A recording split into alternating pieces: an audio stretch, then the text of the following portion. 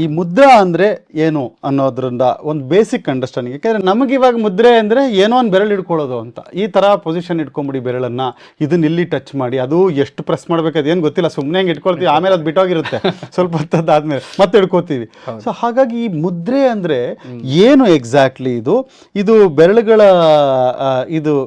ಬೆರಳುಗಳ ಪೊಸಿಷನ್ಸ್ ಅಷ್ಟೇನಾ, ಇದ್ರ ಹಿಂದೆ ಏನಿದೆ ಸೈನ್ಸು? ಮುದ್ರಾ ಅನ್ನೋ ಒಂದು ಶಬ್ದ ಇದೆಯಲ್ಲ, ಅದು ಮುದ್ದೆಂಬ ಧಾತು ಮತ್ತು ದ್ರಾವಯತಿ ಈ ಎರಡು ಶಬ್ದಗಳ ಸಮ್ಮಿಲನದಿಂದ ಆಗಿರುವಂತಹ ಒಂದು ಶಬ್ದ.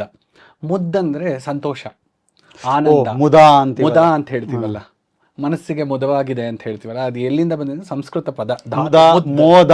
ಅದು ಹೌದು, ಮೋದ, ಆಮೋದ, ಪ್ರಮೋದ ಇತ್ಯಾದಿ ಅವೆಲ್ಲ ಮುದ್ದನ್ನೋ ಧಾತುವಿಂದ ಬಂದಿರುವಂಥದ್ದು. ನಮ್ಮ ಗಣಪತಿ ಶ್ಲೋಕ ಇದೆ, ಮುದಾತ್ತರಾತ್ತ ಮೋದಕಂ ಅಂತ, ಆ ಥರ. ಸೊ ಮುದ್ದಂದರೆ ಸಂತೋಷ ಕೊಡುವುದು, ಆಹ್ಲಾದಕರ, ಆಮೇಲೆ ಶಾಂತಿಯುತ ಇತ್ಯಾದಿ ಅರ್ಥಗಳನ್ನು ಕೊಡುತ್ತೆ. ಈ ರಾ ಅಂತ ಅಕ್ಷರ ಬರುತ್ತಲ್ಲ, ಅದರಲ್ಲಿ ಸುಮಾರು ಬರುತ್ತೆ. ರಾಯತೆ ಅಂದರೆ ಕರ್ಕೊಂಡು ಹೋಗೋದು, ರಾಜತೆ ಅಂದರೆ ವಿಜೃಂಭಣೆಯಿಂದ ಇರೋದು, ದ್ರಾವಯತೆ ಅಂದರೆ ಚೆನ್ನಾಗಿ ಅವರಲ್ಲಿ ಸಂತೋಷವನ್ನು ಉಂಟು ಮಾಡುವುದು, ಸೊ ಸಂತೋಷಕ್ಕೆ ಕರೆದುಕೊಂಡು ಹೋಗುವುದು, ಆಹ್ಲಾದಕರವಾಗಿ ಇಡುವುದು, ಆಹ್ಲಾದವನ್ನು ತಂದುಕೊಡುವುದು, ಆನಂದವನ್ನು ಉಂಟು ಮಾಡುವುದು ಇತ್ಯಾದಿ ಅರ್ಥಗಳು ಮುದ್ರಾ ಅಂದರೆ ಸಂಸ್ಕೃತ ವ್ಯಾಕರಣದ ಅನುಸಾರವಾಗಿ. ಈ ಮುದ್ರಾ ಅನ್ನೋ ಪದ ಎಲ್ಲಿಂದ ಉದ್ಭವ ಆಗಿದೆ ಅಂದರೆ ನಮ್ಮ ವೇದಶಾಸ್ತ್ರಗಳಿಂದಾನೆ. ವೇದದಲ್ಲಿ ಮುದ್ರೆಯ ಅನೇಕ ಡೈರೆಕ್ಟಾಗಿ ಅದರ ಬಗ್ಗೆ ಉಲ್ಲೇಖ ಇಲ್ಲ, ಆದರೆ ಬೇರೆ ಬೇರೆ ಮುದ್ರೆಗಳು, ಆವಾಹನೆ ಇತ್ಯಾದಿ ಮುದ್ರೆಗಳಿದೆಯಲ್ಲ, ಅದ್ರ ಬಗ್ಗೆ ಎಲ್ಲ ತುಂಬ ತಂತ್ರಶಾಸ್ತ್ರದಲ್ಲಿ ಮೇಯ್ನಾಗಿ ಕೊಟ್ಟಿದ್ದಾರೆ. ಆ ತಂತ್ರ ಬಿಟ್ಟು ವೇದದಲ್ಲಿ ನೋಡಿದ್ರೆ ವೇದ ಮಂತ್ರಗಳಲ್ಲಿ ಈ ಗಾಯತ್ರಿ ಆವಾಹನ ಮಂತ್ರ ಇತ್ಯಾದಿ ಮಂತ್ರಗಳಿದೆ. ಅದರಲ್ಲಿ ಹೇಗೆ ಈ ಥರ ಒಂದು ಕ್ರಿಯೆ ಇದೆ ಅನ್ನೋ ಒಂದು ವಿಷಯ. ಅಂದರೆ ಸಾಮಾನ್ಯವಾಗಿ ನಾವು ಈಗ ನೈವೇದ್ಯ ಮಾಡುವಾಗ ಅಲ್ಲಿ ಮುದ್ರೆಗಳನ್ನು ತೋರಿಸ್ತೀವಿ. ಧೇನು ಮುದ್ರಾ, ಕಾಮಧೇನು ಮುದ್ರಾ ಇದೆಲ್ಲ ಮಾಡಿ ಅದರಲ್ಲಿ ವಿಷ ಏನಾದ್ರೂ ಇದ್ರೆ ಆಹಾರದಲ್ಲಿ ಅದೆಲ್ಲ ತೆಗಿಬೇಕು ಅಂತ ಹೇಳಿ ಆ ಮುದ್ರೆಗಳನ್ನ ಈ ಅರ್ಚಕರು ಯಾರು ಪೂಜೆ ಮಾಡ್ತಿರ್ತಾರೆ ಅವ್ರು ಆಕ್ಚುಲಿ ಅದು ಯೂಶುವಲಿ ಬಾಗ್ಲ ಹಾಕ್ಬಿಟ್ಟಿರ್ತಾರೆ, ಯಾರಿಗೂ ನೈವೇದ್ಯ ಮಾಡುವಾಗ ಕಾಣಿಸಲ್ಲ. ಹಾಗೆ ನಾವೇ ಮಾಡೋದ್ರಿಂದ ಅದೆಲ್ಲ ಆ ಮುದ್ರೆಗಳನ್ನ ಪ್ರದರ್ಶಯ ಅಂತ ಅದೆಲ್ಲ ಬರುತ್ತೆ, ಅದು ಬೇರೆ ಬೇರೆ ಮುದ್ರೆಗಳನ್ನ ಪ್ರದರ್ಶನ ಮಾಡ್ತಾರೆ ಅಂತ ನಾನು ಕೇಳಿದ್ದೀನಿ. ಇದು ಆ ಮುದ್ರಾ ಅನ್ನೋದು ಆ ಶಬ್ದದಿಂದ ಬರುವಂಥದ್ದು. ಇದನ್ನಲ್ಲಿ ಎಲ್ಲ ಉಲ್ಲೇಖಗಳಿದೆ, ಪುರಾಣದಲ್ಲಿ, ಇತಿಹಾಸಗಳಲ್ಲಿ, ತಂತ್ರಶಾಸ್ತ್ರದಲ್ಲೆಲ್ಲ ಉಲ್ಲೇಖ ಇದೆ.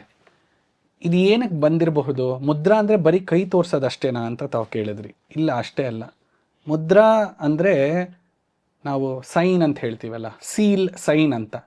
ನಮ್ಮನ್ನು ನಾವು ಇದಕ್ಕೆ ಸೇರಿದವರು ಅಂತ ತೋರಿಸ್ಕೊಳ್ಳೋ ಒಂದು ವಿಷಯಕ್ಕೆ ಮುದ್ರಾ ಅಂತಲೂ ಹೆಸರು.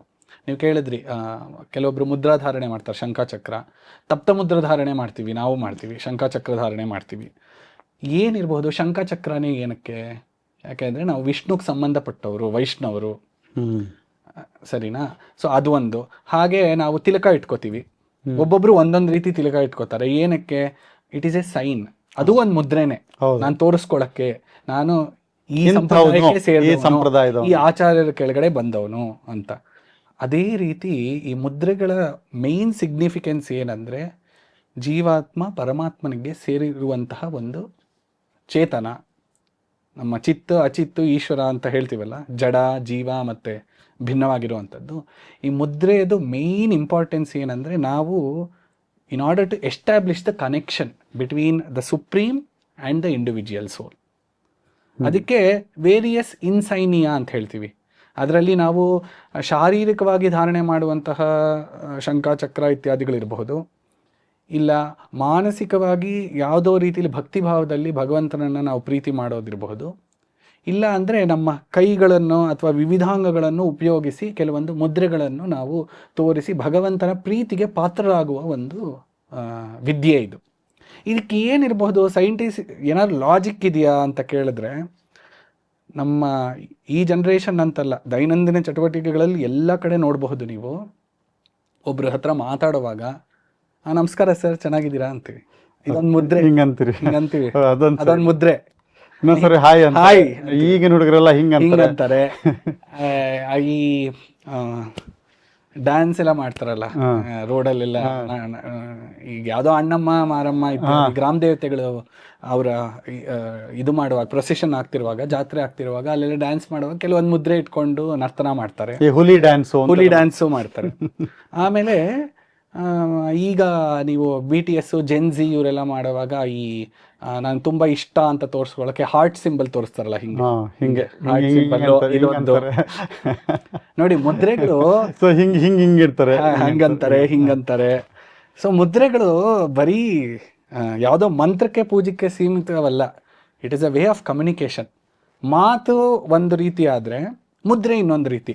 ಅದಕ್ಕೆ ನೀವು ಇನ್ನೊಂದು ಏನಂದರೆ, it is not just limited to humans, ಮನುಷ್ಯರಿಗೆ ಅಷ್ಟೇ ಸೀಮಿತ ಅಲ್ಲ. ನೀವು ಒಂದು ನಾಯಿನ ಓಡಿಸ್ಬೇಕಾದ್ರೆ ಐ ಅಂತ ಹಿಂಗಂದ್ರೆ ಆ ಕೈ ಹಿಂಗೆ ಬರುತ್ತೆ ನೋಡಿ. ಆಮೇಲೆ ಈ ಗೋವುಗಳನ್ನ, ಹಸುಗಳನ್ನ ಹೋಗ್ಬೇಕಂದ್ರೆ ಪಪ್ಪ ಅಂತೀವಿ, ಅದು ಒಂದು ಮುದ್ರೆನೆ. ಶಬ್ದ ರೂಪದಲ್ಲಿ ಬರುವಂಥದ್ದು, ಇದು ಕ್ರಿಯಾ ರೂಪದಲ್ಲಿ ಬರುವಂಥದ್ದು. ಇನ್ನು ಅದನ್ನ ಮುದ್ದು ಮಾಡಬೇಕು ಅಂದ್ರೆ ಹಿಂಗೆ ಚೆನ್ನಾಗಿ ಅದಕ್ಕೆ ಇದು ಮಾಡಿ ಸವರ್ತೀವಿ ಚೆನ್ನಾಗಿ, ಅದೊಂದು ಮುದ್ರೆ. ಜೊತೆಗೆ ನಾವು ಯಾರಾದರೂ ಸೀನಿಯರ್ ಆಫೀಸರ್ ಹತ್ರ ಹೋದರೆ ನಮಸ್ಕಾರ ಸರ್ ಅಂತ ಹಿಂಗೆ 2 ಕೈಯು ಜೋಡಿಸಿ ಮಾಡ್ತೀವಿ. ಇಲ್ಲ ದೇವ್ರ ಹತ್ರ ಹೋದರೆ ಆ ಥರ ಮಾಡ್ತೀವಿ. ಸ್ವಲ್ಪ ಕೆಲಸ ಮಾಡಿಕೊಟ್ಬಿಡಿ, ಇದೊಂದು ಮುದ್ರೆ.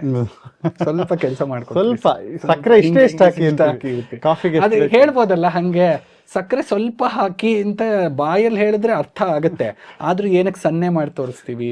ಅದರಿಂದ ಮುದ್ರೆ ಅಂದರೆ ಸಿಂಪಲ್ ಆಗಿ ನಮ್ಮ ಕನ್ನಡ ಭಾಷೆಯಲ್ಲಿ ಹೇಳಬೇಕು ಅಂದರೆ ಸನ್ನೆ ಮಾಡೋದು.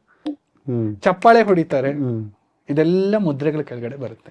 ಇದರ ಮೂಲ ಏನಂದ್ರೆ ಈ ಮುದ್ರಾ ವಿದ್ಯಾ which has been derived from ನಮ್ಮ ವೈದಿಕ. ನಾವೀಗ ಸಾಮಾನ್ಯ ಹೇಳ್ತೀವಿ ಕಾಯ ವಾಚ ಮನಸ, ನಾವು ಕರ್ಮಗಳನ್ನ ಮಾಡ್ತೀವಿ. ಹೌದು, ಇದು ಫ್ರಮ್ ಅ ಲಾಜಿಕಲ್ ಸ್ಟ್ಯಾಂಡ್ ನಮ್ಮ ಜೀವನದಲ್ಲಿ ನಡೆಯುವಂತ ವಿಷಯನೇ. ಇದೇನೋ ತುಂಬಾ ಹೊಸದಲ್ಲ, ಏನೋ ಇನ್ವೆನ್ಷನ್ ಮಾಡಿದ್ವಿ ಅಂತಲ್ಲ, ಎಲ್ಲರೂ ನಾವೆಲ್ಲ ಮುದ್ರೆ ಮಾಡ್ತಾನೆ ಇದೀವಿ. ಇದಕ್ಕೆ ಮೂಲ ಆಲ್ರೆಡಿ ಇದೆ, ನಾವು ಅದನ್ನ ಮರ್ತು ಬಿಟ್ಟಿದೀವಿ. ಆ ಕನೆಕ್ಷನ್ ಅದನ್ನ ವಾಪಸ್ ತಗೊಂಡ್ಬರ್ಬೇಕು ಅಂತ ತಿಳ್ಕೊಬೇಕು. ಹೇಗೆ ಒಬ್ರನ್ನ ನಾನು ನಿಮ್ಮ ಹತ್ರ ಮಾತಾಡೋವಾಗ, ಈ ಕಾರ್ಪೊರೇಟಲ್ಲಿ ನಾವಿದ್ದೀವಿ, ಕಾರ್ಪೊರೇಟಲ್ಲಿ ಮಾತಾಡೋವಾಗೆಲ್ಲ ನೋಡಿ, ಇವಾಗಲೂ ನಾನು ಒಂದು ಮುದ್ರೆ ಇಟ್ಕೊಂಡಿದ್ದೀನಿ. ಮಾತಾಡೋವಾಗ ಗೆಸ್ಚರ್ಸ್ ಮಾಡ್ತೀವಿ, ಹ್ಯಾಂಡ್ ಗೆಸ್ಚರ್ಸ್.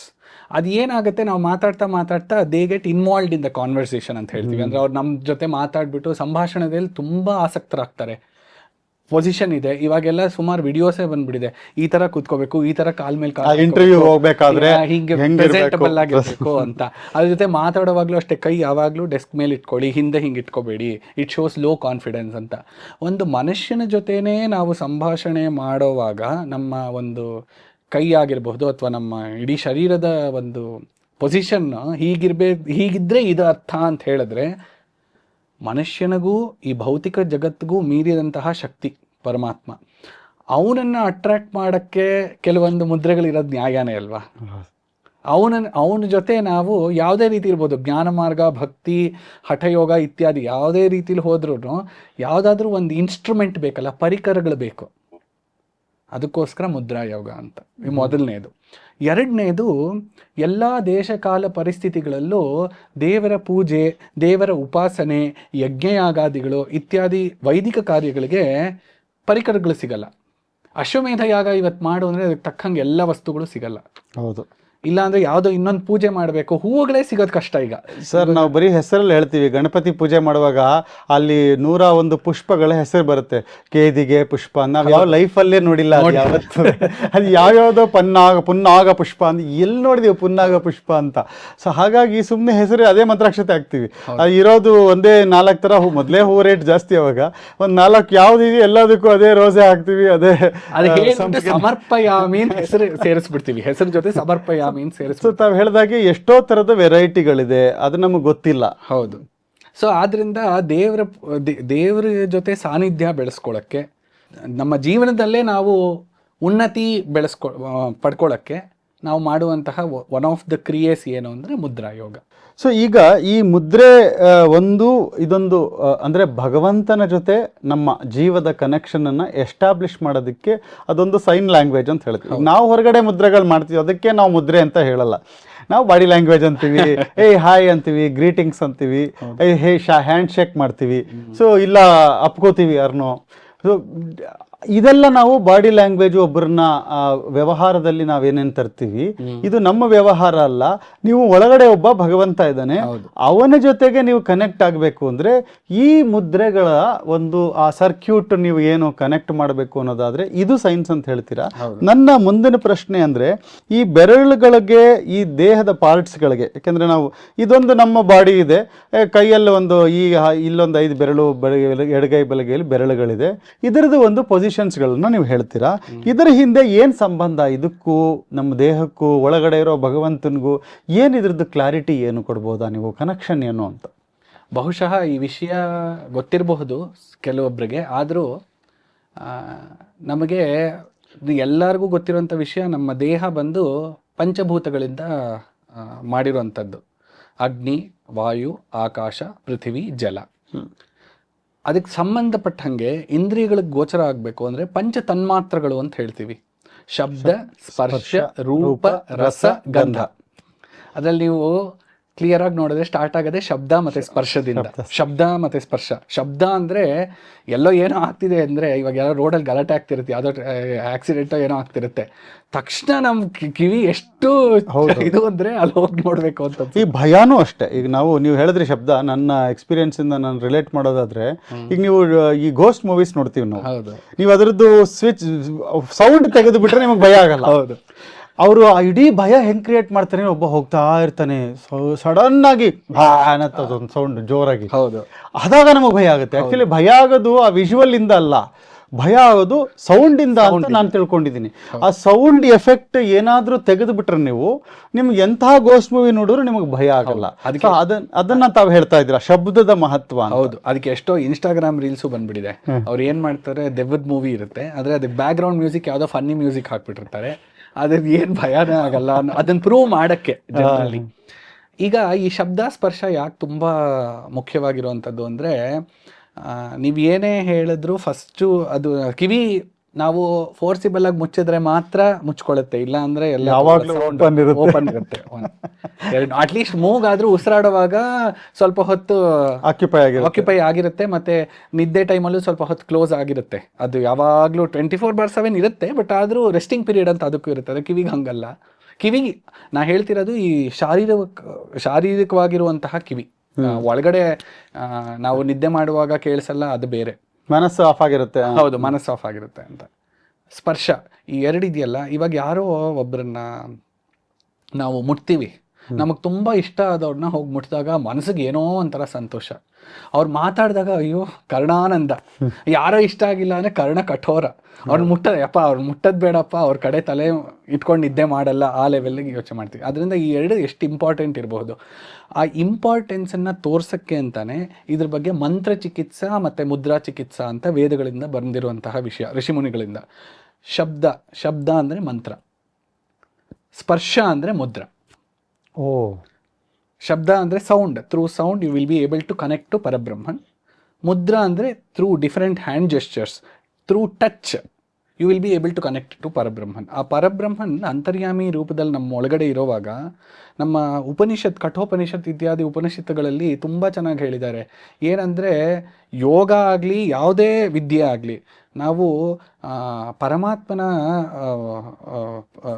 ಸಮೀಕ್ಷೆ ಮಾಡ್ತೀವಿ ಅಥವಾ ಅವನ ಬಗ್ಗೆ ಜ್ಞಾನ ಆಗಬೇಕು, ಇಲ್ಲಾಂದರೆ ಸಾಕ್ಷಾತ್ಕಾರ ಆಗಬೇಕು ಅಂದರೆ ಎಲ್ಲ ಇಂದ್ರಿಯಗಳು ಒಳಗೆ ಬರಬೇಕು. ಆಚೆ ಎಕ್ಸ್ಟರ್ನಲ್ ವರ್ಲ್ಡಿಂದ they should close and target towards the internal aspect ಅಂತ ಹೇಳ್ತಾರೆ.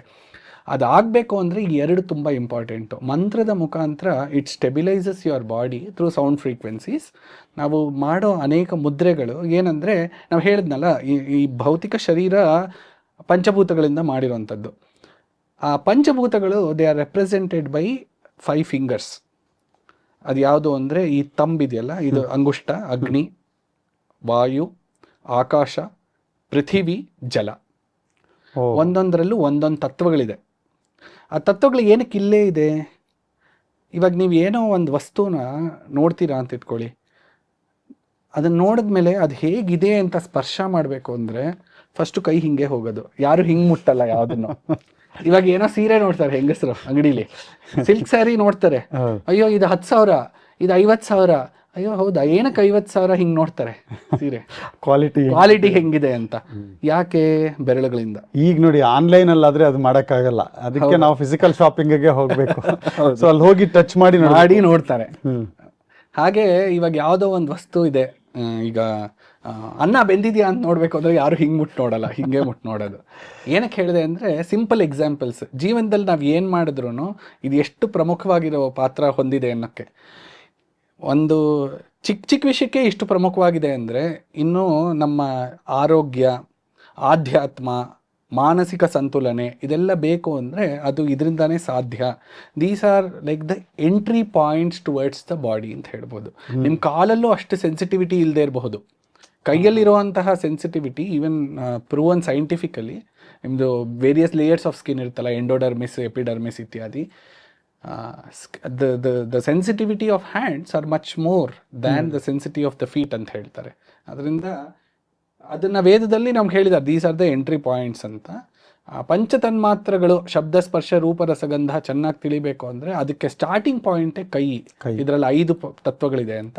ಆದ್ದರಿಂದ ಅದ್ರ ಮುಖಾಂತರ ನಾವು ಕನೆಕ್ಟ್ ಮಾಡ್ಕೋಬಹುದು ಬೇರೆ ಬೇರೆ ತತ್ವಗಳಿಗೆ ಅನ್ನೋದು ಅಭಿಪ್ರಾಯ. ನಾವೀಗ ವೇದಿಕ್ ವೆಲ್ನೆಸ್ನಲ್ಲಿ ಮುಖ್ಯವಾಗಿ ಮಾತಾಡೋದು ಪ್ರಾಣಯಜ್ಞದ ಬಗ್ಗೆ. ಅಂದರೆ ನಾವು ಅದೇನು ಮಾಡಿದ್ವಿ, ಈ ಏನು ರಿಸರ್ಚ್ ಮಾಡಿ ಈ ಒಳಗಿರೋ ಭಗವತ್ ತತ್ವಗಳು, ಅಂದರೆ ನಾವು ಆರೋಗ್ಯ ಅಂದ್ರೇ ಪ್ರಾಣ, ಪ್ರಾಣದ ಶಕ್ತಿ ಅಂದರೆ ಪಂಚಪ್ರಾಣಗಳು, ಪ್ರಾಣ, ಅಪಾನ, ವ್ಯಾನ, ಉದಾನ, ಸಮಾನಗಳು ಯಾವಾಗ ಬ್ಯಾಲೆನ್ಸ್ ಆಗಿರುತ್ತೆ ನಿಮ್ಮ ದೇಹದಲ್ಲಿ, ಆಗ ನಿಮ್ಮ ಆರೋಗ್ಯ ಉತ್ತಮ ಮಟ್ಟದಲ್ಲಿರುತ್ತೆ. ಎಲ್ಲೇ ಇಂಬ್ಯಾಲೆನ್ಸ್ ಆದರೆ ಅಲ್ಲಿ ನಿಮಗೆ ರೋಗ ಬರುತ್ತೆ ಅನ್ನೋದು ಮುಖ್ಯವಾದ ಕಾನ್ಸೆಪ್ಟ್. ಈ ಪ್ರಾಣಶಕ್ತಿ ಅನ್ನೋದು ಭಗವಂತನೇ, ಪ್ರಾಣ ಅಂದರೆ ಭಗವಂತನೇ. ಅವನನ್ನು ಕನೆಕ್ಟ್ ಮಾಡೋದಕ್ಕೋಸ್ಕರ ನಾವು ಈ 24 ಭಗವದ್ ರೂಪಗಳಿಗೆ 54 ಹೊಸರುಗಳು, 51 ನಮ್ಮ ದೇಹದಲ್ಲಿರುವಂತಹ ಭಗವದ್ ರೂಪಗಳಿಗೆ, ಅಕ್ಷರಗಳಿಗೆ 51 ಆಲ್ಫಾಬೆಟ್ಸ್ಗೆ, ಸಂಸ್ಕೃತದ ಅಕ್ಷರಗಳಿಗೆ ಅಜಾದಿ ರೂಪಗಳು, ಕೇಶವಾದಿ ಚತುರ್ವಿಂಶತಿ ರೂಪಗಳು, ಇದನ್ನ ನಾವು ಉಸಿರಾಟ ತಗೊಂಡು ಪ್ರಾಣಶಕ್ತಿ ಮಾಡ್ಕೊಳ್ಳಿ ಅಂತ ಹೇಳಿ ವೇದಿಕ್ ವೆಲ್ನೆಸ್ನ ಮುಖ್ಯವಾದ ಅಂಗ ಇದು. ಅಂದರೆ ನಿಮಗೆ ಜೀವನದಲ್ಲಿ ನಿಮಗೆ ಬೋತ್ ಶಾರೀರಿಕವಾದ ಆರೋಗ್ಯ, ಮಾನಸಿಕ ಆರೋಗ್ಯ ಚೆನ್ನಾಗಿರಬೇಕು ಅಂದರೆ ಒಳಗಡೆ ಇರೋ ಭಗವಂತನಿಗೆ ನೀವು ಥ್ಯಾಂಕ್ಸ್ ಹೇಳಬೇಕು. ಯಜ್ಞ ಅಂದರೆ ಪೂಜೆ ಅಂತ ಅದನ್ನೊಂದು ಮಾಡಿದ್ವಿ. ಈ ಪ್ರಾಣಶಕ್ತಿಗೂ, ಯಾಕೆಂದರೆ ನಾನು ಇಷ್ಟು ಯಾಕೆ ಹೇಳಿದೆ ಅಂದರೆ ಇದು ಡೈರೆಕ್ಟ್ ಕನೆಕ್ಷನ್ ಇದೆಯಾ ಅಂತ. ಈ ಪ್ರಾಣಶಕ್ತಿಗೂ ಮುದ್ರೆಗೂ, ಯಾಕಂದರೆ ನೀವು ಸ್ಪರ್ಶದ ಬಗ್ಗೆ ಹೇಳ್ತಾ ಇದ್ದೀರಾ, ನೀವು ಹಸ್ತದ ಬಗ್ಗೆ ಹೇಳಿದ್ರಿ, 5 ಬೆರಳುಗಳಲ್ಲಿ ಪಂಚಭೂತಗಳ ಒಂದು ಸನ್ನಿಧಾನ ಅಲ್ಲಿದೆ. ಅದನ್ನು ನಾವು ಕನೆಕ್ಟ್ ಮಾಡೋದಕ್ಕೋಸ್ಕರ ಈ ಮುದ್ರೆನ ನಾವು ಕೈನಲ್ಲೇ ಮಾಡ್ತೀವಿ ಅಂತೇಳಿ. ಸೊ ಇದಕ್ಕೂ ಈ ಪ್ರಾಣಶಕ್ತಿಗೂ ಮತ್ತೆ ಆ ಭಗವಂತನ, ನಾವು ಪ್ರಾಣಶಕ್ತಿ ಅಂದರೆ ನಾವು ಹೇಳೋದೇ ಆ ಭಗವತ್ ತತ್ವ ಅಂತ, ಅದನ್ನು ಕನೆಕ್ಟ್ ಹೇಗಾಗುತ್ತೆ ಇದರಲ್ಲಿ ಮುದ್ರೆಗಳಲ್ಲಿ? ವೇದದಲ್ಲಿ ತೈತಿರಿಯ ಉಪನಿಷತ್ತಲ್ಲಿ ಒಂದು 3 ವಾಕ್ಯ ಬರುತ್ತೆ. ಪ್ರಾಣನ್ ದೇವ ಅನುಪ್ರಾಣಂತಿ, ಮನುಷ್ಯ ಪಶವಶ್ಚಯೇ, ಪ್ರಾಣೋ ಹಿ ಭೂತಾನಾಂ ಆಯುಹು ಅಂತ ಹೇಳಿದ್ದಾರೆ. ಪ್ರಾಣಂ ದೇವಾಹ ಅನುಪ್ರಾಣಂತಿ. ಪ್ರಾಣಂ ಅಂದರೆ ನೀವು ಹೇಳಿದ್ರಲ್ಲ ಪ್ರಾಣಶಕ್ತಿ, ಪರಮಾತ್ಮ ಸ್ವರೂಪವಾಗಿರುವಂತಹ ಪ್ರಾಣಶಕ್ತಿ. ಎಲ್ಲ ದೇವತೆಗಳು, ವಿವಿಧ ದೇವತೆಗಳು ಅಂದರೆ ನಾಟ್ ಜಸ್ಟ್ ಪರ್ಸಾನಿಫಿಕೇಶನ್ಸ್ ಅಷ್ಟೇ ಅಲ್ಲ, ಫೋರ್ಸಸ್ ಆಫ್ ನೇಚರ್ ಅಂತ, ಎನರ್ಜೀಸ್, ಏನೇ ಎನರ್ಜಿ ಇರಬಹುದು ಇಡೀ ಬ್ರಹ್ಮಾಂಡದಲ್ಲಿ. ಅನುಪ್ರಾಣಂತಿ, ಅವನನ್ನು ಬಿಂಬ ಪ್ರತಿಬಿಂಬ ರೂಪದಲ್ಲಿ ಅವನನ್ನು ಅನುಸರಣೆ ಮಾಡುತ್ತೆ. ಅವನಿಂದಾನೇ ಇವುಗಳು ಈ ಶಕ್ತಿ ಹೊಂದಿವೆ, ಎಲ್ಲ ಶಕ್ತಿಗಳು ಅಂತ. ಮನುಷ್ಯ ಪಶವಶ್ಚಯೇ, ಮನುಷ್ಯರು ಹಾಗೂ ಪಶುಗಳು ಕೂಡ. ಪ್ರಾಣೋ ಹಿ ಭೂತಾನಾಂ ಆಯುಹು, ಎಲ್ಲ ಭೂತಗಳಿಗೂ, ಯಾವುದಾದ್ರೂ ಆಗಿರ್ಬೋದು, ಪಶು, ಪಕ್ಷಿ, ಒಂದು ಇರುವೆಯಿಂದ ಹಿಡಿದು ಆನೆ. ಭೂತಗಳು ಅಂದರೆ living organisms, living non living ಏನಾದರೂ ತಗೊಳ್ಳಿ, it has to be the ಆಯುಹು ಅಂದರೆ ದ ವೆರಿ ಅದರ ಆಯಸ್ಸಿರುತ್ತಲ್ಲ, ಇಟ್ ಈಸ್ ಡಿಸೈಡೆಡ್ ಬೈ ಪ್ರಾಣಶಕ್ತಿ ಅಂತ. ಅಷ್ಟು ಮಹತ್ವ ಕೊಟ್ಟಿದ್ದಾರೆ ವೇದದಲ್ಲಿ, ತೈತಿರಿಯ ಉಪನಿಷತ್ತಲ್ಲಿ ಬರುವಂತಹ ವಾಕ್ಯ. ಈಗ ಈ ಪ್ರಾಣಶಕ್ತಿ ನಮ್ಮ ದೇಹದಲ್ಲಿ it is like a core. ಅದಕ್ಕೆ ಎಷ್ಟೊಂದು ಸಿಸ್ಟಮ್ಸ್ ಅಂತ ಹೇಳ್ತೀವಿ, ಬಯಾಲಜಿಲಿ ಓದ್ತೀವಲ್ಲ, respiratory system, skeletal system, muscular circulatory system, neural, excretory system, nervous system. ಕೊನೆಗೆ ಬಂದರೆ ನಿಮಗೆ ಎಲ್ಲ ಸಿಸ್ಟಮ್ಸು ಇರುತ್ತೆ. there is one connection which is established between the outer world and the inner realm. ಅದು ಯಾವುದು ಅಂದರೆ ನರ್ವಸ್ ಸಿಸ್ಟಮ್. ವೇದದಲ್ಲೂ ಇದೆ, ಸೈಂಟಿಫಿಕ್ ಆಗೂ ಪ್ರೂವ್ ಆಗಿದೆ. 72,000 ನಾಡಿಗಳಿದೆ. Nervous system is so large, it connects to each of the different parts of the body. ಇವಾಗ ಯಾರಿಗೋ ಏನೋ ಪ್ರಾಬ್ಲಮ್ ಆಯಿತು ಅಂದರೆ ಬ್ರೈನ್ಗೆ ಹೋಗಿ ಕೂತ್ಕೊಳ್ಳುತ್ತೆ, ಅಲ್ಲಿ ಏನೋ ಅಫೆಕ್ಟ್ ಆಗುತ್ತೆ. ಸೈಂಟಿಫಿಕ್ ಆಗಿ ಎಲ್ಲ ಪ್ರೂವ್ ಆಗಿದೆ. ಈ ಆಂತರಿಕವಾಗಿರುವಂತಹ ವಿಷಯಕ್ಕೆ ಬಾಹ್ಯವಾಗಿರುವಂತಹ ಸ್ಟಿಮ್ಯುಲಸ್ ಅಂತ ಕರಿತೀವಲ್ಲ, ಅದನ್ನು ಕನೆಕ್ಟ್ ಮಾಡೋದೇ it is through the nervous system acting as A channel. ನಮ್ಮ ದೇಹ ಬಂದು it is A complete circuit ಥರ. ಅಂದ್ರೆ ನೀವು ಫಿಸಿಕಲ್ಗೂ ಮೆಟಾಫಿಸಿಕಲ್ಗೂ, ಅಂದ್ರೆ ಭೌತಿಕಕ್ಕೂ ಅತೀಂದ್ರಿಯಕ್ಕೂ ಕನೆಕ್ಟ್ ಮಾಡುವಂಥದ್ದು ಒಂದು ವಿಷಯ ಇದೆ. ನೀವು ನಾವು ನರ್ವಸ್, ಯಾಕಂದ್ರೆ ನಾನು ಏನಾದ್ರೂ ಮುಟ್ಟಿದೆ ಸೆನ್ಸಿವ್, ಪ್ರತಿಯೊಂದು ಸೆನ್ಸರಿ ನರ್ವ್ಸು, ಮೋಟಾರ್ ನರ್ವ್ಸ್ ಅಂತ ಇದು ಇನ್ಫಾರ್ಮೇಶನ್ ತಗೊಳುತ್ತೆ, ಅದು ಇನ್ಫಾರ್ಮೇಶನ್ ಕೊಡುತ್ತೆ. ಸೊ ಈ ಒಂದು ಕಾರ್ಯ ಆಗ್ತಾ ಇರೋದು ಅದರ ಹಿಂದೆ ಒಂದು ದೈವಿ ಶಕ್ತಿ ಇದೆ ಅಂತ. ಹೌದು, ಆ ಒಂದು ಶಕ್ತಿ. ಆದರೆ ಇನ್ನು ಮುದ್ರಾ ಚಿಕಿತ್ಸಾ ಹೇಗೆ ಇದಕ್ಕೆ ಕನೆಕ್ಟ್ ಆಗುತ್ತೆ ಅಂದರೆ, ನಾನು ಆಗಲೇ ಹೇಳ್ದಂಗೆ ನಮ್ಮ 5 ಪಂಚಭೂತಗಳಿದೆಯಲ್ಲ, 5 ಬೆರಳುಗಳಲ್ಲಿ ಸಾಂಕೇತಿಕವಾಗಿ ಇರುವಂಥದ್ದು. ಅದು ಹೇಗಿರಬಹುದು, ಆ ಕರೆಸ್ಪಾಂಡಿಂಗ್ ನರ್ವಸ್ ಸಿಸ್ಟಮ್ ಇರುತ್ತಲ್ಲ, it will be connected to a specific system, ಅಂದರೆ ಸರ್ಕ್ಯೂಟ್. ಫಾರ್ ಎಕ್ಸಾಂಪಲ್, ಈಗ ನಾನು ಅಗ್ನಿ ಅಂತ ಹೇಳ್ತೀನಿ, ಈ ಬೆರಳು ಅಗ್ನಿ ಅಂತ, ಅಂಗುಷ್ಟ ಅಗ್ನಿ ಅಂತ ಹೇಳಿದ್ರೆ ಅದು ಎಲ್ಲಿ ಕನೆಕ್ಟ್ ಆಗಬಹುದು? Digestive system. ಡೈಜೆಸ್ಟಿವ್ ಸಿಸ್ಟಮಲ್ಲಿ ಜಾಠರಾಗ್ನಿ ಅಂತ ಇರುತ್ತಲ್ಲ, it is responsible for digesting the food. ಅದರಿಂದ ಅಂಗುಷ್ಟ ಅನ್ನೋದು ಅಷ್ಟು important. It is connected, it has a connection, internal connection to the digestive system. ಅದೇ ಥರ ನಾವು ಜಲತತ್ವ ತಗೊಂತು ಅಂದರೆ it is connected to excretory system. ಕರೆಕ್ಟಾಗಿ ಲಿವರು, ಕಿಡ್ನೀಸ್ ವರ್ಕ್ ಆದ್ರೇನೆ ಥ್ರೂ ಪ್ರಾಪರ್ ಚಾನೆಲ್ಸ್. ಅದಕ್ಕೆ ನೀವು ಸೈಂಟಿಫಿಕ್ ಆಗಿ ನೋಡಬೇಕು ಅಂತಾನೆ ಇಲ್ಲ, ಕೆಲವೊಂದು ಅದರಲ್ಲೂ ಸೈನ್ ಲ್ಯಾಂಗ್ವೇಜ್ ಇದೆ. ಚಿಕ್ಕ ಮಕ್ಕಳು ಟಾಯ್ಲೆಟ್ಗೆ ಹೋಗ್ಬೇಕು ಅಂದ್ರೆ ಅದು ಜಲತತ್ವ ಅಂತ ಯಾಕದ್ ಬಂದಿರಬಹುದು ಅಂತ ಕೇಳ್ಬಹುದು. ಅದೇನು ಅರ್ಥನೇ ಇಲ್ಲ ರೀ, ಸುಮ್ಮನೆ ಯಾಕೆ ಹಿಂಗೆ ಹೇಳಿದ್ರು, ಯಾಕೆ ಹಿಂಗೆ ಹೇಳಿಲ್ಲ, ಯಾಕೆ ಹಿಂಗೆ ಹೇಳಿಲ್ಲ. ಕರೆಕ್ಟ್ ಅಲ್ವಾ? ಲಾಜಿಕಲ್ ಆಗು ನಾವು ನೋಡಿದ್ರೆ ಎಷ್ಟೋ ಜೀವನದಲ್ಲಿ ಮಾಡುವಂಥ ವಿಷಯಗಳು ಕನೆಕ್ಟ್ ಆಗಿರುತ್ತೆ, ಎಕ್ಸ್ಕ್ರೀಟರಿ ಸಿಸ್ಟಮ್ ಕನೆಕ್ಟ್ ಆಗಿರುತ್ತೆ ಅಂತ. ಸೊ ಹಾಗೆ ನಮ್ಮದು ಪೃಥ್ವಿ ತತ್ವ ತಗೊಂಡ್ರೆ it is connect to the muscular system. ಆಮೇಲೆ ವಾಯು ತತ್ವ ಆಯಿತು ಅಂದರೆ ನಮ್ಮ ರೆಸ್ಪಿರೇಟರಿ ಸಿಸ್ಟಮ್ ಇತ್ಯಾದಿ. ಸೊ 5 ಸಿಸ್ಟಮ್ಗಳಿಗೂ ಕನೆಕ್ಟ್ ಆಗಿದೆ ಅಂತ. ಸ್ಕೆಲಿಟಲ್ ಸಿಸ್ಟಮ್ಗೆ ನಮ್ಮ ಆಕಾಶ ತತ್ವ ಕನೆಕ್ಟ್ ಆಗಿದೆ ಅಂತ. ಅದಕ್ಕೆ ಅದು ಇದಾಗುವಾಗ ಕಪಾಲ ಮೋಕ್ಷ ಅಂತ ಏನಕ್ಕೆ ಹೇಳ್ತೀವಿ, ಅದು ಬ್ರಹ್ಮರಂಧ್ರದಿಂದ ಆಚೆ ಹೋಗುತ್ತೆ ಅಂದರೆ ಆ ಸ್ಕೆಲಿಟಲ್ ಸಿಸ್ಟಮ್ ಎನ್ಶೋರ್ಸ್ ದಟ್ ಆಕಾಶ ತತ್ವ ನಮ್ಮ ಬಾಡಿಲಿ ಹಂಗೆ ಪ್ರಿಸರ್ವ್ ಆಗುತ್ತೆ. ಜೀವ ಬಿಡುವಾಗ ಮರಣ ಕಾಲದಲ್ಲಿ ಆ ಬ್ರಹ್ಮರಂಧ್ರದಿಂದ ಆಚೆ ಹೋಗುತ್ತೆ, ಅದು ತಲೆಯಿಂದ ಜೀವ ಆಚೆ ಹೋಗುತ್ತೆ ಅಂದ್ರೆ ದೊಡ್ಡ ಜೀವ ಅಂತ ಹೇಳ್ತಾರಲ್ಲ. ಸ್ಕಲ್ ಅಂತಾನೆ ಏನಕ್ಕೆ ಹೇಳ್ತಾರೆ ಅಂದ್ರೆ, because skeletal system ensures that ಆ ಆಕಾಶ ತತ್ವ ಏನಿದೆ ಅದು ಕ್ಲಿಯರ್ ಆಗಿ ನಮ್ಮ ಬಾಡಿಲೇ ಸಸ್ಟೈನ್ ಆಗುತ್ತೆ ಅನ್ನೋಕ್ಕೋಸ್ಕರನೇ ಅದನ್ನ it is connected to the skeletal system. ಇದೊಂದು ವಿಷಯ. ಆದರೆ ಇನ್ನೊಂದು ಉದಾಹರಣೆ ಕೊಡ್ತೀನಿ. ಏನಾದ್ರು ಕೆಲಸ ಮಾಡ್ತೀವಿ, ಉತ್ಸಾಹದಿಂದ ಹೇಳ್ತೀವಿ ಅಂದ್ರೆ ಹಿಂಗಂತ ಹೇಳ್ತೀವಿ, ಓಕೆ ಸೂಪರ್ ಆಗಾಯ್ತು, ಅದ್ರ ಎಂತೂಸಿಯಾಸಮ್ ನ ರೆಪ್ರೆಸೆಂಟ್ ಮಾಡಕ್ಕೆ ವೇದದಲ್ಲಿ ಅಗ್ನಿ, ಆ ಅಗ್ನಿ ತತ್ವನೇ ಹಿಂಗೆ ತೋರಿಸ್ತಿದೀವಿ. ಇದೆಲ್ಲ ಹೇಗೋ ಬಂದಿದ್ದಲ್ಲ, ಇದು ಕಲ್ಚರಲ್ ಆಗಿ ಬಂದಿದೆ, ಎವಾಲ್ವ್ ಆಗಿದೆ. ಆದ್ರೆ ಒಂದೊಂದಕ್ಕೂ ಅರ್ಥ ಇದೆ. ನಮ್ ಡೈಲಿ ಲೈಫಲ್ಲಿ ನಾವು ಸುಮ್ಮನೆ ಅಬ್ಸರ್ವ್ ಮಾಡ್ತಿದ್ರೆ ನಮಗೆ ಗೊತ್ತಾಗ್ಬಿಡುತ್ತೆ. ಅಂದ್ರೆ ಇದೆಲ್ಲ ಮುದ್ರಾಗಳ ಒಂದು ನಾವು ಅದ್ರದ್ದು ಅರ್ಥ ನಮಗೆ ಗೊತ್ತಿಲ್ಲ. ಆಕ್ಚುಲಿ ಹಿಂಗಂದ್ರೆ ಸೂಪರ್ ಅಂದ್ರೆ ನಾವು ಅಗ್ನಿ ಮುದ್ರೆ ನಾನು ಮಾಡ್ತಾ ಇದ್ದೀನಿ, ಹಿಂಗ್ ಹೋಗ್ತೀನಿ, ನೀವು ಅರ್ಜೆಂಟ್ ಆಗಿದೆ ಅಂದ್ರೆ ನಾನು ಅಲ್ಲಿ ಜಲತತ್ವ ಹೇಳ್ತಾ ಇದ್ದೀನಿ ಅಂತ ಹೇಳ್ತೀರಾ? ವಾಯು ತತ್ವ, ಈ ವಾಯು ಆಕಾಶ ತತ್ವ ಇನ್ನೊಂದು ಉದಾಹರಣೆ, ತುಂಬಾ ಚೆನ್ನಾಗಿರುವಂತ ಉದಾಹರಣೆ. ನಾನು ಗಮನಿಸ್ತಿದ್ದೆ, ಈಗ ಯಾವ್ದಾದ್ರು ಕಾಲೇಜ್ ಡಿಗ್ರಿ ಗ್ರಾಜುಯೇಷನ್ ಆಯಿತು ಅಂದರೆ ಎಲ್ಲ ನೀಟಾಗಿ ಡ್ರೆಸ್ ಮಾಡ್ಕೊಂಡು ಬರ್ತಾರೆ, ಫೋಟೋಗ್ರಾಫ್ ಇರುತ್ತೆ, ಗ್ರೂಪ್ ಫೋಟೋಗ್ರಾಫು ತಗೊಳ್ಳಿ ಅಂತ ಹೇಳ್ತಾರೆ. ಸೊ ಜನರಲ್ ಆಗಿ ಚೀಸ್ ಅಂತ ಹೇಳ್ತಾರೆ, ಅದ್ರ ಜೊತೆ ಈ ಮುದ್ರೆ ತೋರಿಸ್ತಾರೆ, ವಿಕ್ಟ್ರಿ ಸಿಂಬಲ್ ಅಂತ. ಪೊಲಿಟಿಷಿಯನ್ಸ್ ತುಂಬಾ ಮಾಡ್ತಾರೆ ಸರ್, ಎಲ್ಲ ಕೈ ಹಿಡ್ಕೊಂಡು ಎಲ್ಲರೂ ವಿಕ್ಟ್ರಿ ಅಂತ. ಅದು ಇವ್ರ ಪ್ರಕಾರ ಇಂಗ್ಲಿಷ್ ಆಲ್ಫಾಬೆಟ್ ವಿಕ್ಟ್ರಿ ಇರ್ಬೋದು. ನಮ್ಮ ಭಾರತೀಯ ಸಂಪ್ರದಾಯದ ಪ್ರಕಾರ ಮುದ್ರಾ ಯೋಗದ ಮುಖಾಂತರ ನೋಡಿದ್ರೆ ಇದು ವಾಯು ಮತ್ತೆ ಆಕಾಶ ಎರಡು ಏನ್ ರೆಪ್ರೆಸೆಂಟ್ ಮಾಡುತ್ತೆ? We are going elevated. Exactly, elevation ಆಗ್ತಿದೆ ಜೀವನದಲ್ಲಿ ಅಂತ. ಅಂದ್ರೆ ನಾನ್ ಗೆಲ್ತೀನಿ ಅಂತ. ಸೊ ಅದು ವಿಕ್ಟರಿ ಅಂದ್ರೆ ಜಯ ಅಂದ್ರೆ ಮೇಲೆ ಹೋಗೋದು. ಖಂಡಿತ. ಇವಾಗ ನಾವು ಯಾವುದೇ ವಿಷಯ ತಗೊಂಡ್ರು ವೇದದಲ್ಲಾಗ್ಲಿ ಉಪನಿಷತ್ತಾಗ್ಲಿ ಪರಮಂ ಪದಂ ಅಂತ ಹೇಳಿ ಯಾವಾಗ್ಲೂ ಊರ್ಧ್ವ ರೂಪದಲ್ಲೇ ಇರುತ್ತೆ. ಜೀವನ ಊರ್ಧ್ವ ರೂಪದಲ್ಲೇ ಹೋಗ್ಬೇಕು, ಕೆಳಮಟ್ಟಕ್ಕೆ ಹೋಗ್ಬಾರ್ದು, ಮೇಲ್ ಬೆಳೀರಿ. ಮಾತಾಡುವಾಗ್ಲೂ ಹೇಳ್ತೀವಲ್ಲ, ಇನ್ನೂ ಮೇಲೆ ಉದ್ಧಾರ ಆಗೋದು ಅಂದ್ರೆ ಮೇಲ್ ಹೋಗೋದು ಅಂತಾನೆ. ಆ ಉದ್ಧಾರ ಆಗ್ಬೇಕಂದ್ರೆ ವಾಯು ಅವಶ್ಯಕತಾನೆ ಮೇಲ್ ಹೋಗಕ್ಕೆ. ಈಗ ಒಂದ್ ಬಲೂನ್ ಹಾರ್ಬೇಕು ಅಂದ್ರೆ ಮೇಲ್ ಹೋಗೋದು ತಾನೆ. ಸೊ ಅದನ್ನ ಗಾಳಿ ತುಂಬಿದ್ರೆ ಮಾತ್ರ ಮೇಲ್ ಹೋಗುತ್ತದು, ಇನ್ಕ್ಲೂಡಿಂಗ್ ರಾಕೆಟ್ ಮೇಲ್ ಹೋಗ್ಬೇಕು ಅಂದ್ರೆ. ಸೊ ಅದರಿಂದ ಒಂದೊಂದು ಮುದ್ರೆಗೂ ಅರ್ಥ ಇದೆ, ಅದರಲ್ಲಿ ಶಕ್ತಿಗಳಿದೆ, ಅದರ ಕನೆಕ್ಷನ್ ನಮ್ಮ ದೇಹದಲ್ಲಿ ಹೇಗಿದೆ ಅಂದರೆ ನಾಡಿಗಳಿಗೆ ಕನೆಕ್ಟ್ ಆಗಿದೆ, ಡಿಫ್ರೆಂಟ್ ಸಿಸ್ಟಮ್ಸ್ಗೂ ಕನೆಕ್ಟ್ ಆಗಿದೆ. ಸೊ ಇದು ಪ್ರಾಣಕ್ಕೆ ಹೇಗೆ ಕನೆಕ್ಟ್ ಆಗುತ್ತೆ? ಈ ಒಂದು ಈಗ ಮುದ್ರೆಗಳು ಮಾಡಿದ್ರೆ ನೀವು ಹೇಳೋ ವಾಯುತತ್ವ, ಯಾಕೆಂದರೆ ಇದೆಲ್ಲ ಒಂದೊಂದು ಪ್ರಾಣಶಕ್ತಿಗಳು ಒಳಗಡೆ ಕೆಲಸ ಮಾಡುವಂಥದ್ದು. ಸೊ ಇದು ಹೇಗೆ ನಾವು ಭಗವಂತನ ಕನೆಕ್ಟ್ ಮಾಡ್ತೀವಿ ಅಂತ, ಮತ್ತು ಅದರಲ್ಲಿ ಆರೋಗ್ಯ ಹೇಗೆ? 3 ವಿಷಯಗಳು. ಒಂದು, ಭಗವಂತನನ್ನು ಕನೆಕ್ಟ್ ಆಗೋಕ್ಕೆ ಅನೇಕ ಮಾರ್ಗಗಳಿದೆ. ಒಂದು ಭಕ್ತಿ ರೂಪದಲ್ಲಿ ಭಕ್ತಿ ಯೋಗ ಅಂತ ಹೇಳ್ತೀವಿ, ಇನ್ನೊಂದು ಜ್ಞಾನ ಮಾರ್ಗ, ಜ್ಞಾನ ಯೋಗ, ಕರ್ಮಯೋಗ ಇತ್ಯಾದಿ, ಹಠಯೋಗ. ಭಗವದ್ಗೀತೆಯಲ್ಲಿ ಭಗವಂತ ತುಂಬ ಚೆನ್ನಾಗಿ ಅನೇಕ ಯೋಗಗಳ ಬಗ್ಗೆ ಮಾತಾಡ್ತಾನೆ. ಭಗವಂತನ ಕನೆಕ್ಟ್ ಆಗಬೇಕು ಅಂದರೆ ಈ ಮುದ್ರೆಗಳು ಉಪಯೋಗಿಸ್ಕೊಂಡು, ಫಾರ್ ಎಕ್ಸಾಂಪಲ್ ಭಕ್ತಿ ಯೋಗದಲ್ಲಿ ನಾನೇನೋ ಭಗವಂತನ ಜೊತೆ ನಾನು ನನ್ನ ಸಂಬಂಧ ರೀಎಸ್ಟಾಬ್ಲಿಷ್ ಮಾಡ್ಕೋಬೇಕು. ಯಾಕಂದರೆ ಯಾವಾಗಲೂ ಇರುತ್ತೆ, ನಮಗೆ ಮರ್ತು ಹೋಗಿದೆ ಅಷ್ಟೇ, ಅಜ್ಞಾನದಿಂದ ಭಗವಂತ ಅಂತ ಮರ್ತುಬಿಟ್ಟಿದ್ದೀವಿ, ಅವಿದ್ಯೆಯಿಂದ.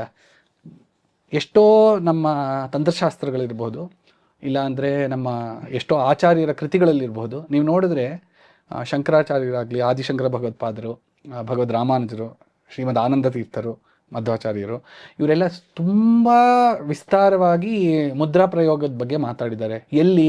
ನಮ್ಮ ದೈನಂದಿನ ಭಗವಂತನ ನಿತ್ಯ ಆರಾಧನಾ ಕ್ರಮದಲ್ಲಿ. ನಿತ್ಯ ಪೂಜೆ ಮಾಡ್ತೀವಲ್ಲ ಭಗವಂತನಿಗೆ, ಆ ಭಗವಂತನನ್ನು ಪ್ರಾಣ ಪ್ರತಿಷ್ಠಾಪನೆ ಮಾಡುವಾಗ ಕೆಲವೊಂದು ಬೀಜ ಮಂತ್ರಗಳನ್ನು ಹೇಳ್ತಾರೆ. ಅದಾದಮೇಲೆ ಅವನಿಗೆ ಬರ್ಮಾಡ್ಕೊಳ್ಳೋಕ್ಕೆ ಕೆಲವೊಂದು ಮುದ್ರೆಗಳನ್ನು ತೋರಿಸ್ತಾರೆ. ಸ್ಥಾಪಿತೋಭವ, ಸನ್ನಿಹಿತೋಭವ, ಸನ್ನಿರುದ್ಧೋಭವ, ಅವಕುಂಠಿತೋಭವ ಅಂತ ಇತ್ಯಾದಿ.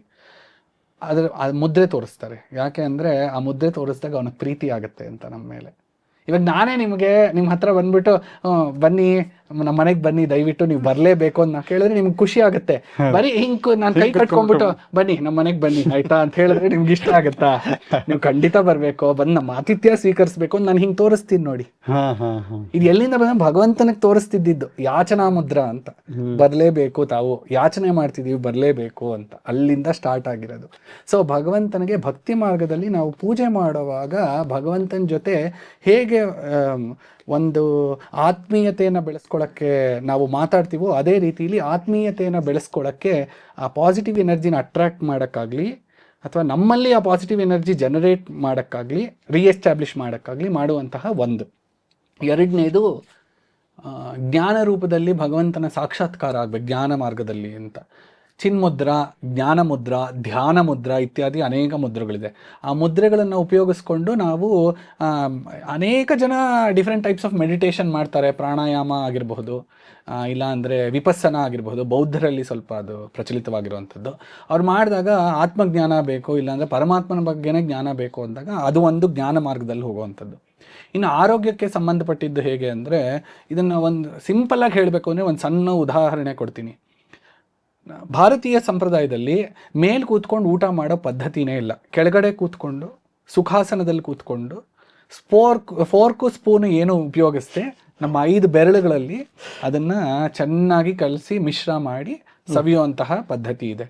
ಅದು ತಿಂದಾಗ ಆ ಬರುವಂತಹ ಒಂದು ತೃಪ್ತಿ, ಸುಖ ತೃಪ್ತಿ ಎರಡು ಇಂಪಾರ್ಟೆಂಟು. ಆನಂದನೂ ಬೇಕು, ಯಾಕಂದರೆ ಅದನ್ನು ಸವಿತಿದ್ದೀವಿ. ಅದು ಸವಿದ ಮೇಲೆ ಆ ಆನಂದ ಶಾಶ್ವತವಾಗಿ ಉಳಿಬೇಕು. ಶಾಶ್ವತ ಅಂದರೆ ಶಾಶ್ವತವಾಗಿರಲ್ಲ, ಆ ಮೊಮೆಂಟಲ್ಲಿ ಇರುವಂತಹ ರಿಲೇಟಿವ್ಲಿ ಶಾಶ್ವತ ಅಂತ ಹೇಳ್ಬೋದು. ಅದಿರೋವಾಗ ಅದೇನಾಗುತ್ತೆ, ನಮಗೆ ಮನಸ್ಸಲ್ಲಿ ಹಬ್ಬ ತೃಪ್ತಿ ಆಯ್ತಪ್ಪ, ತುಂಬ ಚೆನ್ನಾಗಿತ್ತು ರೀ ಊಟ, ಇವತ್ತು ಬಿಸಿಬೇಳೆ ಬಾತ್ ತುಂಬ ಚೆನ್ನಾಗಿತ್ತು. ಯಾಕೆ ಹಂಗಾಗುತ್ತೆ? ಇವಾಗ ಫಾರಿನಲ್ಲಿ ಹೋಗ್ಬಿಟ್ಟು ಬಿಸಿಬೇಳೆ ಬಾತ್ ಮಾಡಿದ್ರು ಅವ್ರು ಕೂತ್ಕೊಂಡು ಟೇಬಲ್ ಮೇಲೆ ಫೋರ್ಕು ಸ್ಪೂನಲ್ಲಿ ತಿಂದರೆ ಏನು ರುಚಿ. ಮೊನ್ನೆ ಯಾವುದೋ ವಿಡಿಯೋ ನೋಡ್ತಿದ್ದೆ, ಮಸಾಲೆ ದೋಸೆನ ಫೋರ್ಕು ಸ್ಪೂನಲ್ಲಿ ತಿಂದ್ಬಿಟ್ಟು ಎಟಿಕೆಟ್ ಅಂತ ಕರೀತಾರೆ. ದೋಸೆ ಹೆಂಗೆ ತಿನ್ನಬೇಕು, ಕೈಯಲ್ಲಿ ಆ ಮಸಾಲೆ ದೋಸೆ ತೊಗೊಂಡು ಪಲ್ಯ ಕದ್ಕೊಂಡು ಸಾಂಬಾರು ಚಟ್ನಿ ಜೊತೆ ನುಂಚ್ಕೊಂಡು ತಿನ್ನೋದು ಆ ಸುಖಾನೇ ಬೇರೆ. ಈ ಹಳ್ಳಿ ಕಡೆ ಮುದ್ದೆ, ರಾಗಿ ಮುದ್ದೆ ತಿಂತಾರೆ, ಅದ್ರ ಜೊತೆ ಬಸ್ಸಾರು, ಅದನ್ನು ಹಿಂಗೆ ಕಿವುಚಿ ಅದನ್ನು ಮುದ್ದೆ ಮಾಡಿ ಅದನ್ನು ಸಾರು ಜೊತೆ ತೊಗೊಂಡು ತಿನ್ನೋದ್ರೆ ಅವ್ರಿಗೆ ಒಂದು ಸಂತೋಷ. ಅದು ಹೇಗೆ ಬಂದಿದೆ ಸಂಪ್ರದಾಯದಲ್ಲಿ, ಆರೋಗ್ಯಕ್ಕೆ ಕನೆಕ್ಟ್ ಆಗಿರುವಂತಹ ವಿಷಯ. ಇದರಲ್ಲಿ 5 ಪಂಚಭೂತಗಳು ಅಂತ ಹೇಳಿದೆ ಆವಾಗಲೇ. ಅದು ಯಾವಾಗ ಅನ್ನದ ಜೊತೆ ಸೇರುತ್ತೋ, ಅನ್ನ ಪ್ರಾಣ. ನಿಮಗೆ ವಿಚಾರ ಗೊತ್ತು, ಅನ್ನಮಯ ಕೋಶ, ಎರಡನೇದು ಪ್ರಾಣಮಯ ಕೋಶ. ಆ ಅನ್ನಕ್ಕೆ ನಾವು ಕನೆಕ್ಟ್ ಆಗಬೇಕು ಅಂದರೆ there should be a medium. ದೇಹ ಶರೀರ ಮಾಧ್ಯಮ ಖಲು ಧರ್ಮ ಸಾಧನಂ ಅಂತ ಹೇಳ್ತಾರೆ. ಈ ದೇಹನೇ ಒಂದು ಇಟ್ಸ್ ಎ ಮೀಡಿಯಂ. ಆ ಮೀಡಿಯಮನ್ನು ಉಪಯೋಗಿಸ್ಕೊಳ್ರಿ ಅಂತ ಭಗವಂತ ಮೊದಲಿಂದ ಹೇಳ್ತಿದ್ದಾರೆ. ಪ್ರಾಣ ಇರುತ್ತದೆ, ಪ್ರಾಣ ಎಲ್ಲಿರುತ್ತೆ? ಜಡ ವಸ್ತು ಅಲ್ವಾ. ಭಗವಂತ ಎಲ್ಲ ಕೊಟ್ಬಿಟ್ಟಿದ್ದಾರೆ. ನಾವೇನಂದ್ರೆ ಅಯ್ಯೋ ಮೆತ್ಕೊಂಡ್ಬಿಡುತ್ತೆ, ಕೈ ಯಾರು ತೊಳ್ಕೊಳ್ಳೋರು ಅದಾದ್ಮೇಲೆ ಅಲ್ವಾ? ಮುಂಚೆನೂ ಪಾಪ ಸೋಪ್ ಹಾಕೊಂಡು ಕೈ ತೊಳ್ಕೊಬೇಕು, ಆಮೇಲೆ ನೀರನ್ನ ವೇಸ್ಟ್ ಮಾಡಬಾರ್ದಲ್ವಾ? ಈ ವಿಷಯದಲ್ಲಿ ವೇಸ್ಟ್ ಮಾಡಬಾರ್ದು ಅಂದ್ಬಿಟ್ಟು ಕೈಯಲ್ಲಿ ತಗೊಳ್ಳಲ್ಲ. ಸೊ ಅಲ್ಲಿ ಕನೆಕ್ಟ್ ಆಗುತ್ತೆ ಆರೋಗ್ಯಕ್ಕೆ. ಹೇಗೆ ಅಂದ್ರೆ ಅನ್ನಂ ಬ್ರಹ್ಮೇತಿ ವ್ಯಜಾನಾತ್ ಅಂತ ಇದೇ ತೈತ್ತಿರಿ ಉಪನಿಷತ್. ಇನ್ನೊಂದು ಅದ್ರ ಜೊತೆಗೆ ನೀವು ಹೇಳಿದ್ರಿ, ಕೆಲವರಂತೂ ಅವ್ರಿಗೆ ಎಷ್ಟು ಚೆನ್ನಾಗಿರುತ್ತೆ ಅಂದ್ರೆ ಅದು ಬಿಡಕ್ಕೆ ಬರಲ್ಲ, ಹಂಗೆ ಏನ್ ಬೆಟ್ಟನ್ನ ಚಪ್ಪರ್ಸ್ಕೊಂಡು ನೆಕ್ಕೊಂಡು ಕೊನೆ ಇದ್ರಲ್ಲೂ ಸಾರು ಗೀರು ಎಲ್ಲ ಅವ್ರು ತಿಂತಾ ಇದ್ರೆ ಹಂಗೆ ಹಿಂಗೆ ಎಳ್ಕೊಂಡು ಊಟ ಮಾಡ್ತೀವಿ. ಅಂದ್ರೆ ಅಷ್ಟು ಆನಂದ ಪಟ್ಬಿಡ್ತೀವಿ ನಾವು ಅಂತ. ಆ ಆನಂದದ ಅದಕ್ಕೆ ಸೈಂಟಿಫಿಕ್ ಆಗೂ ಪ್ರೂವ್ ಆಗಿದೆ. ಬಾಳೆ ಎಲೆನಲ್ಲಿ ನೀವು ಎಲ್ಲ ನಮ್ಮ ಭೋಜನಕ್ಕೆ ಸಂಬಂಧಪಟ್ಟ ವಸ್ತುಗಳೆಲ್ಲ ಇದು ಮಾಡಿದ್ರೆ ಎಲ್ಲ ಹಾಕ್ತಾರಲ್ಲ, ಅಡುಗೆ ಬಡಿಸ್ತಾರಲ್ವಾ, ಅದನ್ನ ಸ್ವೀಕಾರ ಮಾಡಿದಾಗ ಬಾಳೆ ಎಲೆಯಲ್ಲಿರೋ ಎನ್ಸೈಮ್ಸ್ ಆಕ್ಟಿವೇಟ್ ಆಗುತ್ತೆ ಬಿಸಿ ಬಿಸಿ ಅನ್ನ ಹಾಕಿದಾಗ. ಅದೇ ರೀತಿನಲ್ಲಿ ನಮ್ಮ ಫಿಂಗರ್ ಟಿಪ್ಸ್ ಅಲ್ಲಿ ನರ್ವ್ ಎಂಡಿಂಗ್ಸ್ ಇರುತ್ತಲ್ಲ, ಬಿಸಿ ಊಟ, ಅದು it will generate enzymes in our tongue taste buds ಇರುತ್ತೆ ನಾಲ್ಗೆಯಲ್ಲಿ. ಆ ನಾಲ್ಗೆಯಲ್ಲಿ taste buds if it gets energised, it gets activated, ಅವಾಗ ಆಟೋಮೆಟಿಕ್ ಆಗಿ ಆ ಫುಡ್ ತುಂಬ ರುಚಿಕರವಾಗಿರುತ್ತೆ. ಬರೀ ರುಚಿ ಅಷ್ಟೇ ಅಲ್ಲ, ಅದರಲ್ಲಿ ಶುಚಿತ್ವನೂ ಆಟೋಮೆಟಿಕ್ ಆಗಿ ಇನ್ವಾಲ್ವ್ ಆಗಿರುತ್ತೆ. ಯಾಕೆ ಅಂದರೆ ಅಲ್ಲಿ ಸ್ಮರಣೆ ಮಾಡ್ತೀವಿ ನಾವು, ಭಗವಂತನ ಸ್ಮರಣೆ ಮಾಡಿನೇ ತಗೊಳ್ಳೋದು. ಎರಡನೇದು. ಮೂರನೇದು, ಅದರಲ್ಲಿ ಎನ್ಸೈಮ್ಸ್ ಕರೆಕ್ಟಾಗಿ ಆಕ್ಟಿವೇಟ್ ಆಯಿತು ಅಂದರೆ ಆ ಊಟದ ಉದ್ದೇಶ ಏನಿದೆ ಅದು ಪರಿಪೂರ್ಣವಾಗಿ ಆಗುತ್ತೆ. ಏನು, ಊಟನೇ ನಾವು ಮೆಡಿಸಿನ್ ಆಗಿ ತಗೋತೀವಿ ಅಂತ ಹೇಳ್ತೀವಲ್ವಾ, ಕಾಯಿಲೆಗೆ ಏನೋ ಔಷಧ ತಗೋತೀವಿ, ನಮಗೆ ಊಟನೇ ಔಷಧವಿ ಅಂತ ಹೇಳ್ತಾರೆ. ಹೇಗೆ ಅದು ಔಷಧವಾಗಿರುತ್ತೆ ಅಂದರೆ ಅದು ಎನ್ಸೈಮ್ಸ್ ಮಿಕ್ಸ್ ಆಗಿ ನಮ್ಮ ಬಾಯಿಗೆ ಬಂದು ನಮ್ಮ ಟೇಸ್ಟ್ ಬೆಡ್ಸಲ್ಲಿ ಕೂತಾಗ ಆಟೋಮೆಟಿಕ್ ಆಗಿ taste buds will be able to generate enzymes as well as the food will be digested properly ಅಂತ. ಸೊ ನಮಗೆ ಆರೋಗ್ಯದ ಕನೆಕ್ಷನ್ನು ಮೊದಲು ಇಲ್ಲಿರೋ ಪಂಚಭೂತಗಳೇನು ನಮ್ಮ ಬೆರಳುಗಳಲ್ಲಿದೆ ಅದು ಪ್ರಾಣಶಕ್ತಿ ಕನೆಕ್ಟ್ ಆಗುತ್ತೆ, ಅಲ್ಲಿರೋ ಊಟದಲ್ಲಿರೋ ಪಂಚಭೂತಗಳಿಗೆ ಇದು ಕನೆಕ್ಟ್ ಆಗಿ, ಜೊತೆಗೆ ನಾವು ಅದನ್ನ ಸಂಸ್ಕಾರ ಬಂದಿರೋರು ಹೇಗೆ ಅದೊಂದು ಪರಿಶೀಲನೆ ಮಾಡಿ ಅದೊಂದು ಅಗ್ನಿಗೆ ನಮ್ಮ ಒಳಗಡೆ ಇರೋ ಅಂದ್ರೆ ನಾವು ತಿಂತಾ ಇರೋದಲ್ಲ ಅದೊಂದು ಆಹುತಿ ಕೊಡ್ತಾ ಇದೀವಿ ಅಂತ ತಿಳ್ಕೊಂಡು ಆ ಒಳಗಡೆ ಇರೋ ಜಠರಾಗ್ನಿಗೆ, ನೀವು ಅದು ಹೇಳಿದ್ರಿ ಇದು ಅಗ್ನಿ ತಂಬು ಅಂತ ಹೇಳಿ, ಒಳಗಡೆ ಜಠರಾಗ್ನಿ ಅಂದ್ರೆ ಆ ಕೈಯಲ್ಲಿ ಊಟ ಮಾಡದೇ ಇದ್ರೆ ಈ ಪ್ರಾಣಶಕ್ತಿನೂ ಸೇರಲ್ಲ, ಯಾವುದು ಸೇರಲ್ಲ, ನಾವು ಬರೀ ಸ್ಪೂನ್ ಅಲ್ಲಿ ಫೋರ್ಕ್ ಅಲ್ಲಿ ಮಸಾಲೆ ದೋಸೆ ಮೆಕ್ಯಾನಿಕಲ್ ಆಗ್ಬಿಡುತ್ತೆ. ಅದಕ್ಕೆ ನ್ಯೂಟ್ರಿಯೆಂಟ್ಸ್ ಏನಕ್ಕೆ ಅಬ್ಸಾರ್ಬ್ ಆಗಲ್ಲ. ಕೆಲವೊಬ್ರು ಟಿವಿ ನೋಡ್ಕೊಂಡು ತಿಂತಿರ್ತಾರೆ, ಕೆಲವೊಬ್ರು ಟೇಬಲ್ ಮೇಲೆ ಕೂತ್ಕೊಂಡು ತಿಂತಿರ್ತಾರೆ. ಏನಕ್ಕೆ ನ್ಯೂಟ್ರಿಯೆಂಟ್ಸ್ ಅಬ್ಸಾರ್ಬ್ ಆಗಲ್ಲ ಅಂದ್ರೆ ಈ ಕಾರಣಕ್ಕೆ. ಸೊ ಕಾನ್ಶಿಯಸ್ ಆಗೇ ಇರಲ್ಲ ನಾವೇನ್ ತಿಂತಾ ಇದೀವಿ ಅಂತ. ಆಮೇಲೆ ಆ ಊಟ ಅನ್ನೋದಿದೆಯಲ್ಲ, ಹಿಂಗ್ ತಗೊಂಡೇ ತಿಂತೀವಲ್ಲ 5 ಬೆರಳುಗಳಿಂದ. ನೀವು ಗಮನಿಸಿದ್ರೆ ಭಗವಂತನಿಗೆ ನಾವು ಸಮರ್ಪಣೆ ಮಾಡುವಾಗ್ಲೂ ನಾವು ಅನೇಕ ಮುದ್ರೆಗಳು ಮಾಡ್ತೀವಿ, ಅದ್ರಲ್ಲಿ ಒಂದು ಮುದ್ರೆ ಇದು. ಸಂಪ್ರದಾಯಗಳ ಭೇದಗಳಿದೆ ಬೇರೆ ಬೇರೆ ಮುದ್ರೆಗಳು ಉಪಯೋಗಿಸಕ್ಕೆ, ಆದ್ರೆ ಎಲ್ಲರೂ ಉಪಯೋಗಿಸುವಂತ ಮುದ್ರೆ ಇದೊಂದು ಮುದ್ರೆ ಅಂತೂ ಇದ್ದೇ ಇರುತ್ತೆ. ಎಲ್ಲಾ ಬೆರಳುಗಳ ಸಮೇತ ಭಗವಂತನಿಗೆ ಸಮರ್ಪಣೆ ಮಾಡ್ತೀವಿ ಅಂತ.